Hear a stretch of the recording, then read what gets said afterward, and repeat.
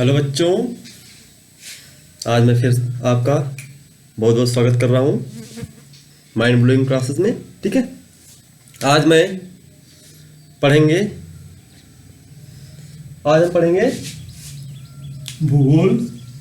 ठीक है, भूगोल पढ़ेंगे और 10 के लिए, क्लास 10 के लिए। ठीक है, चैप्टर हम पहले स्टार्ट कर रहे हैं। ठीक है, जिसका नाम है संसाधन और विकास। संसाधन और विकास, संसाधन क्या है, विकास क्या है। ठीक है, पूरे चैप्टर की हम इसी चर्चा करेंगे। ठीक है, तो सबसे पहले हम देखते हैं हमारा जो फर्स्ट आता है संसाधन क्या है। ठीक है, तो संसाधन क्या है? संसाधन क्या है? पर्यावरण में उपलब्ध सभी वे वस्तुएं, ठीक है, जिनमें मानवीय आवश्यकताओं की पूर्ति होती है। ठीक है, मानवीय आवश्यकताओं की पूर्ति होती है, संसाधन कहलाते हैं। ठीक है, या हम सरल भाषा में कह सकते हैं वे वस्तुएं जो मानव की आवश्यकताओं की पूर्ति करते हैं, क्या कहलाते हैं? संसाधन कहलाते हैं। लेकिन संसाधन बनेंगे कैसे, ये भी बात आती है। तो संसाधन कैसे बनते हैं ये देख लेते हैं। ठीक है, जैसे हमारे मान लेते हैं प्रकृति में कोई वस्तु प्राप्त है। ठीक है, तो जब तक वह वस्तु, जब तक उसके हम उपयोग नहीं जान लेते हैं, ठीक है, वो कोई भी वस्तु है प्रकृति में मौजूद है तो वो क्या होगी? एक पदार्थ होगी, वस्तु ही होगी। लेकिन हम उसके उपयोग जान जाएंगे,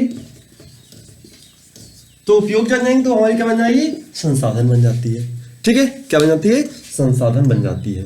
ठीक है, तो इसका सीधा कहने का मतलब ये हुआ कि वह वस्तु जो हमारे सीधे सीधे उपयोग में आती है, वह वस्तु जो हमारे उपयोग में आती है वो क्या कहलाती है? संसाधन।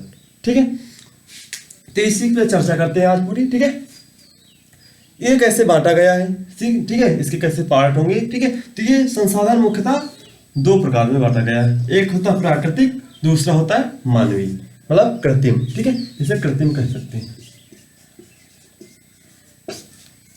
ठीक है, प्राकृतिक और दूसरा मानवीय या कृत्रिम कह सकते हैं। ठीक है, प्राकृतिक मतलब जानते हैं आप। ठीक है, प्राकृतिक मतलब वह वे वस्तुएं, ठीक है, जो हमें सीधा प्रकृति द्वारा प्रदत्त होती हैं या प्रकृति द्वारा मिलती हैं। ठीक है, और कृत्रिम वस्तुएं जानते हैं, मानवीय वस्तुएं, जिन्हें हम बनाते हैं, मेड करते हैं। ठीक है, मेड बाय ह्यूमन। ठीक है, तो प्राकृतिक वस्तुएं ये भी 2 प्रकार से होती हैं। एक नवीकरणीय योग्य, ठीक है, दूसरी अनवीकरणीय योग्य। नवीकरणीय योग्य मतलब ऐसी वस्तुएं जिनका क्या हो जाए? रिन्यूअल किए जा सके। ठीक है, उनको फिर से उपयोग में लाया जा सके, नवीकरण के। ये भी 2 प्रकार से होते हैं, पहला सतत या प्रवाह और दूसरा जैव। ठीक है, सतत या प्रवाह का मतलब ये है कि ऐसे संसाधन जिनका हम एक बार प्रयोग कर तो लेते हैं लेकिन दोबारा उनका प्रयोग किसी न किसी अवस्था में कर लेते हैं, जैसे पवन, हवा का, जल का। ठीक है, जल से हम बिजली बनाते हैं, जल से हम सिंचाई भी कर सकते हैं। तो ये क्या होता है? उसका पुनः उपयोग कर लेते हैं। इसी दूसरा पॉइंट इसमें जैव है। ठीक है, जैव का मतलब बायोलॉजिकल से है। ठीक है, ये 2 प्रकार से बटा हुआ है, पहला प्राकृतिक वनस्पति, दूसरा है वन्य जीव। ठीक है, प्राकृतिक वनस्पति मतलब वन, ठीक है, जो हमारे प्रकृति द्वारा पौधे मिलते हैं, ठीक है, वन मिलते हैं, उनका इसमें रखते हैं। और दूसरा वन्य जीव, वाइल्ड लाइफ। ठीक है, जो जीव जंतु पाए जाते हैं। ठीक है, तो इनको क्या कर सकते हैं? रिन्यूअल कर सकते हैं। दूसरा हमारा पॉइंट आता है अनवीकरणीय योग। ठीक है, ऐसी वस्तुएं जिनका क्या होता है, हमें उसका हम रिन्यूअल नहीं कर पाते हैं। हमने एक बार उपयोग कर लिया तो वस्तु समाप्त हो जाती है। ये भी 2 प्रकार से होती है। पहले ये थे पुनः चक्रीय, दूसरा अचक्रीय। ठीक है, पुनः चक्रीय, ठीक है, ये ऐसा पार्ट है जिसका हम उपयोग दोबारा कर सकते हैं लेकिन किसी दूसरी वस्तु में। ठीक है, जैसे धातु। ठीक है, धातु से कोई वस्तु बनी है, वो खराब हो गई है, नष्ट हो गई है। ठीक है, तो उससे हम क्या कर सकते हैं? रिसाइकिल करके, पुनः चक्रण करके उसकी दूसरी कोई वस्तु बना लेते हैं। ठीक है, लेकिन अचक्रीय मीन्स होता है नहीं, जिसका कोई चक्र होता ही नहीं है। ठीक है, तो दूसरा हमारा इसका एग्जाम्पल है जीवाश्म और ईंधन। जीवाश्म और ईंधन को हम अगर एक बार उपयोग कर लेते हैं तो उसके बाद उसका दोबारा उपयोग नहीं कर पाते हैं। जैसे आपने देखा है पेट्रोलियम, गैस, ठीक है, जितने भी हैं, ईंधन, ठीक है, कोयला, सभी के सभी क्या है इसी में आ जाते हैं, अचक्री में, ठीक है। इसका हम एक बार उपयोग कर लेते हैं तो दोबारा उपयोग नहीं कर पाते हैं, ठीक है। इधर चलते थे, दूसरा पॉइंट हमारा है मानवीय कृत्रिम, ठीक है। ऐसी वस्तुएं जो मानव द्वारा बनाई गई हैं और मानव के आवश्यकताओं के रूप में प्रयोग की जाती हैं, मानवीय संसाधन कहलाते हैं। अब इनमें ये कह सकते हैं दो प्रकार से ये भी मेड बनाई जाती हैं, ठीक है। पहला संरचना एवं संस्थाएं, ठीक है, संरचनाएं एवं संस्थाएं, ऐसी वस्तुएं जिनको हम बनाते समय पूरी तरह से उसको मेड बाई हैंड कर लेते हैं और उनका उपयोग करते रहते हैं, ठीक है। जैसे सड़क है, ठीक है, हवाई जहाज है, ठीक है, उसका हम उपयोग कर लेते हैं। दूसरा मात्रा एवं गुणवत्ता, ये भी हम अपना ख्याल रख पाते हैं कि इसकी मात्रा कैसी होनी चाहिए, इसकी गुणवत्ता कैसी होनी चाहिए, ठीक है।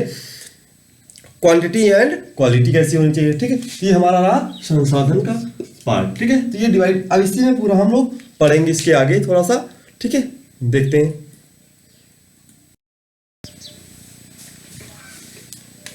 ठीक, तो देखते हैं संसाधनों का वर्गीकरण, ठीक है। तो वर्गीकरण कैसे होगा, तो इनको मुख्यतः 4 प्रकार से बांटा गया है, ठीक है, देख सकते हैं आप। तो पहला जो हमारा पॉइंट होगा उत्पत्ति के आधार पर, ठीक है। उत्पत्ति के आधार पर भी 2 प्रकार से बांटा गया है। पहला होता है जैव संसाधन, दूसरा होता है अजैव संसाधन। जैव संसाधन कैसा, इन संसाधनों जो संसाधन हमें जैविक रूप से प्राप्त होते हैं, ठीक है, जीवमंडल से प्राप्त होते हैं, जीवमंडल के रूप में प्राप्त होते हैं, ठीक है। इनमें जीवन व्याप्त रहा होगा या होता है, ठीक है, तो जैविक कहलाते हैं। जैसे कह सकते हैं हम वनस्पति एवं वन्यजीव सभी, ठीक है। दूसरा हमारा है अजैव संसाधन, ठीक है। अजैव संसाधन वे संसाधन जो किसी जीव नहीं निर्जीव वस्तुओं से बनते हैं, ठीक है, निर्जीव वस्तुओं से बनते हैं, जैसे चट्टान से, पत्थर से, ठीक है, धातुएं से, ठीक है। तो क्या कौन सा संसाधन कहते हैं, अजैव संसाधन कहलाते हैं। दूसरा हमारा पॉइंट होता है समाप्यता के आधार पर, ठीक है। समाप्यता के आधार पर भी 2 प्रकार के होते हैं, नवीकरणीय और अनवीकरणीय। आपको बताया जिनका रिन्यूअल हो जाता है वो नवीकरणीय होते हैं, 2 प्रकार से भी आपको बता चुके हैं, सतत, ठीक है, और जैविकी। दूसरा होता है अनवीकरणीय, जिसका चक्रीय और अचक्रीय। चक्रीय में आपको बताया धातुएं और चक्रीय में पेट्रोलियम और गैसें। तीसरा होता है स्वामित्व के आधार पर, स्वामित्व मतलब मालिकाना, ठीक है। तो पहला हमारा होता है व्यक्तिगत, ठीक है, तो व्यक्तिगत मतलब निजी। कोई बहुत सारे संसाधन होते हैं जिनमें क्या होता है किसी ही एक व्यक्ति का ही संसाधन उस पर हक होता है, ठीक है, स्वामित्व होता है। जैसे बागान है, चरागाह है, ठीक है, कुआं है, तालाब है।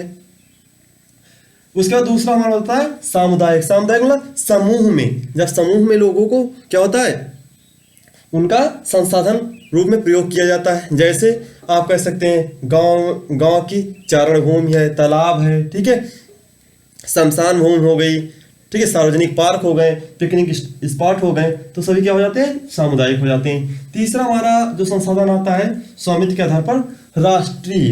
राष्ट्रीय मतलब नेशनल, ठीक है।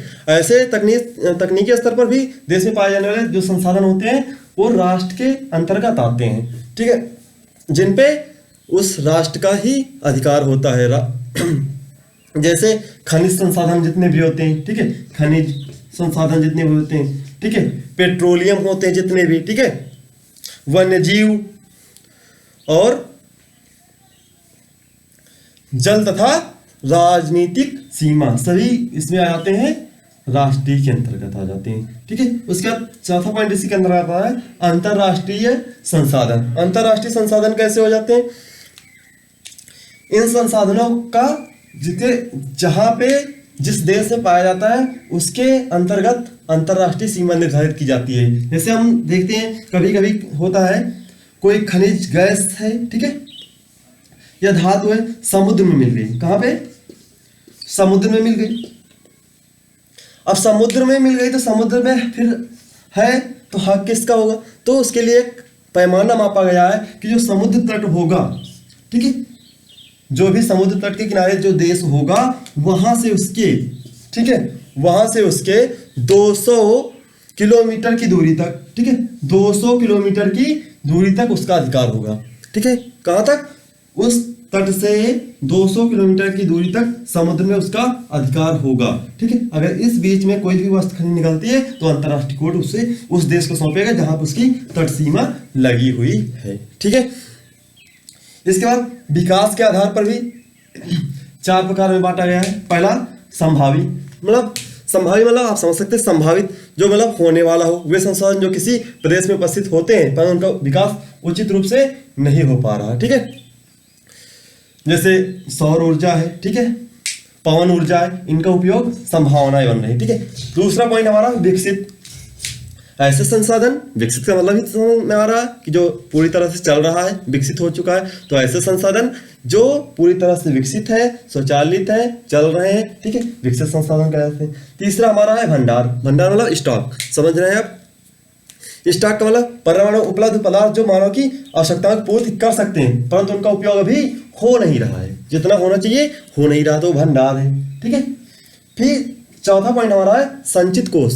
ये भंडार से संबंधित है। ठीक है, अगर वो भंडार रहेगा तो संचित है। ठीक है, तो यह भंडार का वह भाग है जो तकनीकी ज्ञान के द्वारा, ठीक है, उसका उपयोग नहीं किया जा रहा है या उसका अभी हमें ज्ञान नहीं है। बहुत सारी ऐसी पदार्थ हैं, वस्तुएं हैं जिनका हम क्या है ज्ञान से बाहर। ठीक है, लेकिन हो सकता है भविष्य में इसका उपयोग बहुत ज्यादा हो जाए। ठीक है, तो ये रही क्लासेस। ठीक है, इसके आगे हम अगली क्लास में पढ़ते हैं। ठीक है, पूरा इसके एक एक पॉइंट आपको समझाएंगे।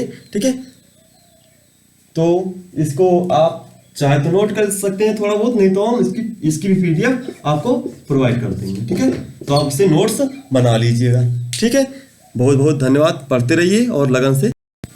ठीक है, पढ़िए, नहीं समझ में आ रहा तो आप दोबारा देख सकते हैं इस वीडियो। ठीक है, तो इसमें आप दोबारा शुरू से देख लीजिए, हम नहीं समझ में आ रहा वहाँ पे आप क्वेश्चन पुटअप कर दीजिए, चाहे कमेंट में कर दीजिए, चाहे तो व्हाट्सएप बॉक्स में कर सकते हैं। ठीक है, वहाँ पे आप कमेंट करिए, उसका सॉल्यूशन फिर से बता दिया, नेक्स्ट वीडियो में आपको बता दिया जाएगा। ठीक है, तब तक के लिए अगली क्लास में फिर मिलते हैं। तब तक पढ़ते रहिए, रिवाइज करते रहिए और अच्छे से पूरे लॉकडाउन जो चल रहा है हमारा उसका पूर्ण फायदा उठाइए। घर में रहिए, सुरक्षित रहिए। ठीक है, बाकी जानकारी आपको बताई गई है, कैसे रहना है, हैंड वॉश करना है। ठीक है, पूरी तरह सुरक्षित रहिए।